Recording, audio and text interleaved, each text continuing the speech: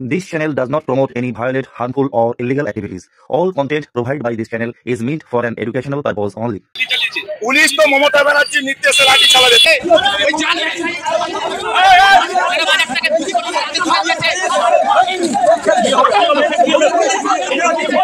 बंद समर्थकদের ছড়াতে পুলিশের লাঠিচার্জ হাওড়ার ডোমজুড়ে।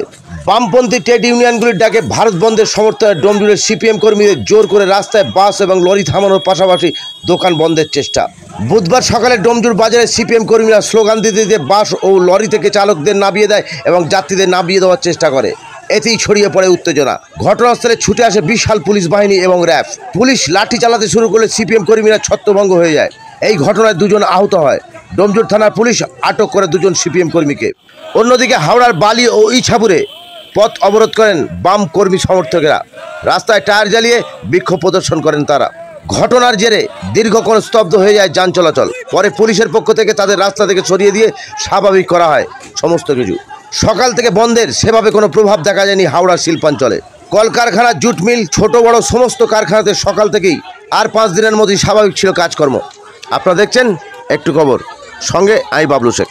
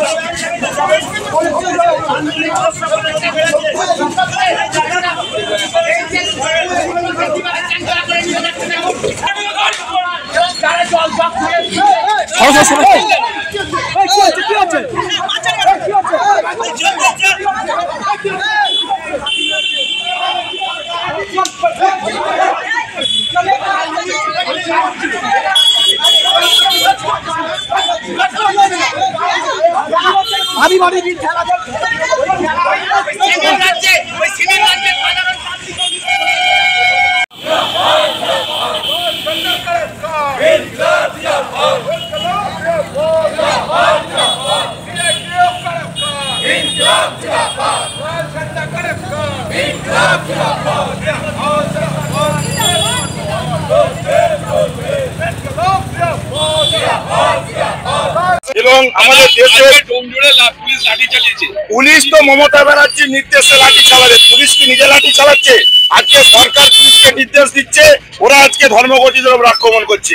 পুলিশের বিরুদ্ধে তো আমাদের আন্দোলন নয়, আমাদের পুলিশের ওই ডিএর দাবি আছে, কিন্তু ওরা বাধ্যতামূলক আজকে তৃণমূল পুলিশকে দলদাসে পরিণত করে দিচ্ছে। দুজন আহত। ধর্মঘট করতে গেলে আমাদের লড়াই চলবে, গুলি চলবে, লাঠি চলবে, আক্রান্ত হবে, অ্যারেস্ট হবে, এসব বামপন্থীদের এসব জানা কথা। এ নিয়ে আমরা কোনো পরোয়া করি না। এই লড়াই দেশব্যাপী শ্রমিক শ্রেণীর চলছে।